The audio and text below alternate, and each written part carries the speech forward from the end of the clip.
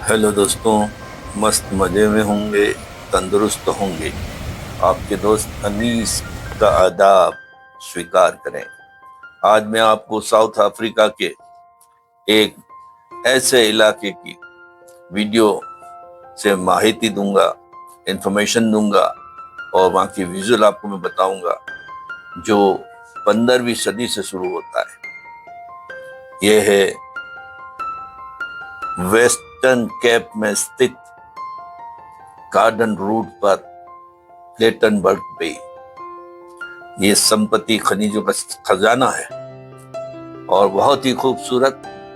1488 में 1488 में पुर्तगाली नाविक डियाज ने इस खाड़ी की खोज की और इसे बहिया डी ला गोवा नाम दिया। 1576 में पुर्तगाली खोजकर्ता ने इसे बहिया फार्मोसा यानी खूबसूरत खाड़ी का नाम दिया।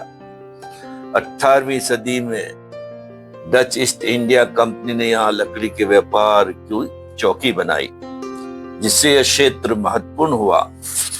19वीं सदी तक यह मछली पकड़ने और व्यापार का केंद्र रहा। यह आप जो सामने देख रहे हैं, यह रोबग आइलैंड है।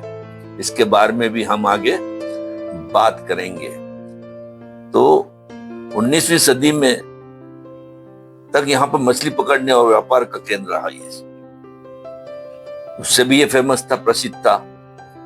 और उसके बाद यह शहर पर्यटन के लिए प्रसिद्ध हो गया। टूरिस्ट यहाँ खास आते हैं समुद्री तटों, प्राकृतिक सौंदर्य और व्हेल, डॉल्फिन को देखने के लिए।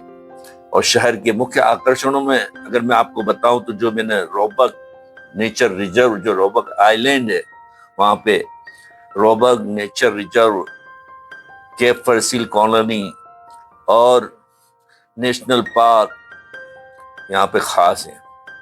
यहाँ की जलवायु हल्की और गर्म है, जो इसे साल भर पर्यटकों के लिए आकर्षक बनाती है। बहुत ही खूबसूरत इलाका इस वजह से। और आसपास के क्षेत्रों की बात करें, एरिया की बात करें, तो बगीचे हैं, जंगल और पहाड़ी रास्ते ट्रैकिंग वगैरह के लिए मशहूर है। शहर में आर्ट गैलरीज हैं और स्थानिक बाजार समुद्री भोजन के लिए भी यहाँ के काफी प्रसिद्ध हैं, लोकप्रिय हैं। और जो आगे की बात करें तो यहाँ के समुद्र के अंदर व्हेल भी हैं और बड़ी बड़ी मच्छियां हैं। तो इसके लिए तो पहले मैं आपको शहर बता दूं। देखें आप, ये शहर एक छोटा सा टाउन, खूबसूरत टाउन। और ये टाउन के पास है वो सेंट्रल बीच है, और सेंट्रल बीच के पास है एक होटल है, 4 स्टार होटल है। वहां से आप रोबग आइलैंड भी सामने देख सकते हैं। ये भी एक खूबसूरत एरिया है, वहां भी हम जाएंगे। तो जो मैं बात कर रहा था, ये बहुत ही खूबसूरत शहर है। हमने सुबह उठ के ऊपर से गैलरी पे से इसका अवलोकन किया, इसकी खूबसूरती को हमने देखा। फिर बाजार की तरफ निकले और बाजार में फिर हमने दूर से समुद्र को निहारा। बहुत ही खूबसूरत समुद्र दूर से दिखता हुआ। और यहाँ से देखो, ये रिहायशी एरिया है। यहाँ से उतर के हम जाएंगे तो सेंट्रल बे की तरफ से जा सकते हैं, व्यू पॉइंट की तरफ जा सकते हैं। लेकिन हम आसपास के इलाकों का अवलोकन पहले करेंगे, देखेंगे आसपास के इलाके कैसे हैं। और बहुत ही खूबसूरत नजारा।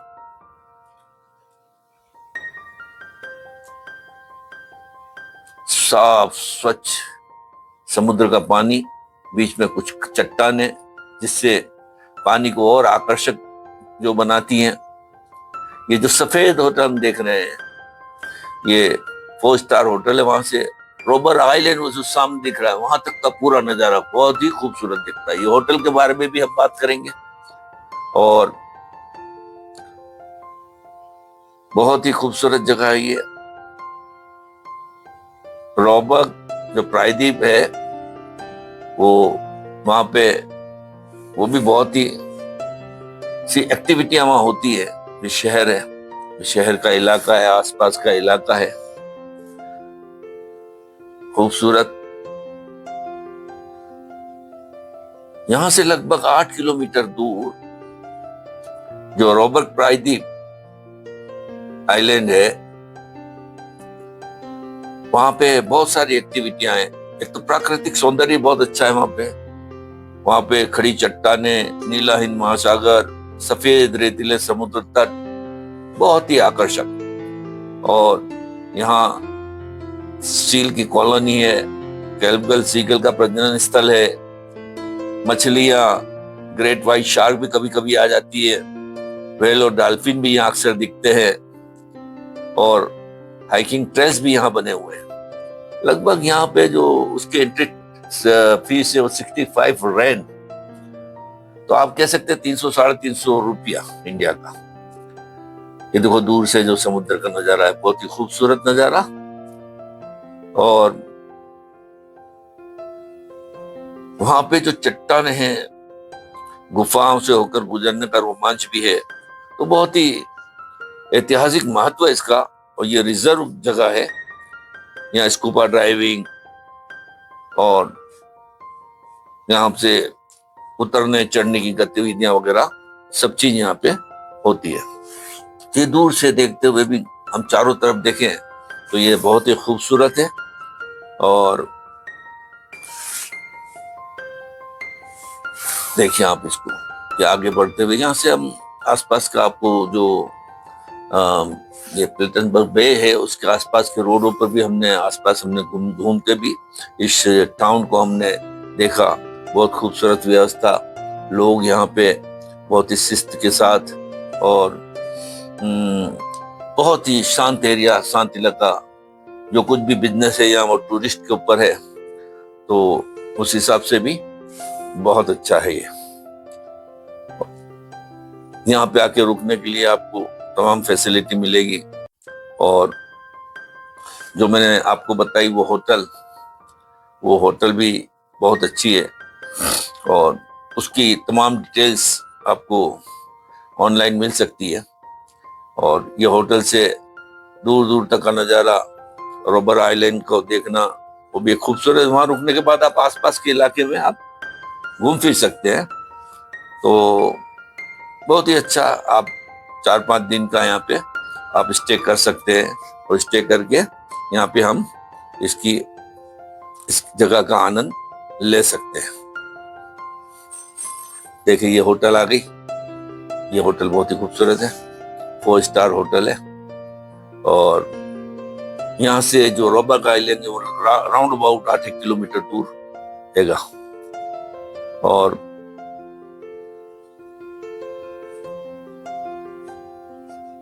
बहुत खूबसूरत जगह।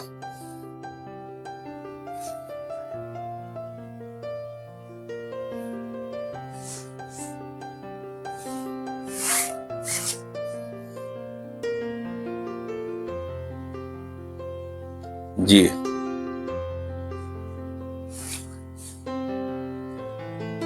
ये जो बीकन आइसलैंड, जो होटल है वाइट, उसका बीकन आइसलैंड नाम है।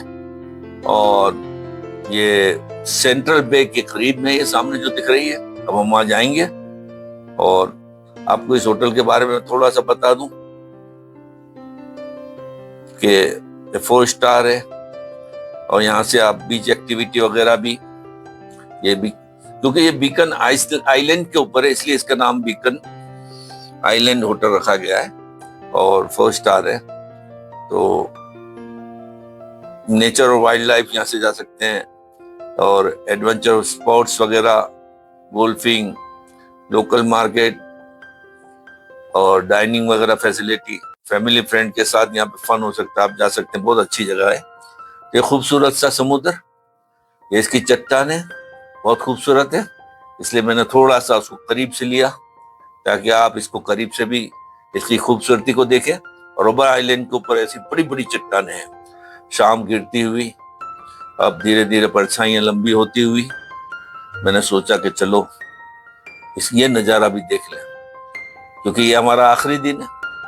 कल सुबह हमारे रहने की जगह से थोड़ा इसको और हसरत भरी सी निगाह से देखते हुए निकल जाएंगे तो सूरज डूबता देखा, कल देखेंगे सूरज को उगता हुआ भी देखेंगे। तो बहुत ही खूबसूरत। ये सामने वो होटल, लोग यहाँ आते हैं, पर्यटक यहाँ आते हैं और ये सेंट्रल बीच का आनंद भी यहाँ पे लेते हैं। बहुत अच्छा बीच है, शानदार और खूबसूरत, साफ पानी, साफ, गंदगी से दूर, कोई तरह की गंदगी नहीं। धीरे धीरे शाम ढलती हुई और इसका ये खूबसूरत नजारा आप यहां से देख सकते हैं। दिलकश नजारा है। यहाँ चलो फिरो, घूमो, वक्त गुजारो। होटल से, ये जो होटल है वहां से इसका नजारा दूर तक, रॉबर आइलैंड का नजारा और इसका प्रकृति का नजारा और बहुत ही खूबसूरत नजर आता है। अलग अलग यहाँ पे बीच हैं। यहाँ से रॉबर आइलैंड के बीच में करीब 4-5 बीच है और बहुत अच्छे खूबसूरत बीच हैं। शांत समुद्र की लहरें और चट्टानों के बीच से बहता हुआ पानी। ये सामने रॉबर आइलैंड दिख रहा है, वो रॉबर रिजर्व है। तो वहाँ पे बहुत सारी अलग अलग एक्टिविटीज होती हैं वहाँ पे और बहुत बड़ा इलाका है जिसकी पूरी इंफॉर्मेशन आपको गूगल मैप से भी मिल जाएगी। और वहाँ की जाने की तमाम गतिविधियां, एक्टिविटीज जो वहाँ होती है, पर्यटक आते हैं, टूरिस्ट आते हैं, जो एक्टिविटीज को करते हैं वहाँ पे, वो भी वहाँ से आपको इजीली उसमें से मालूम हो जाएगी। तो हमारे पास इतना वक्त नहीं था इसलिए हम वहाँ नहीं पहुंचे, पर हमने ये सेंट्रल बीच का थोड़ा आनंद लिया।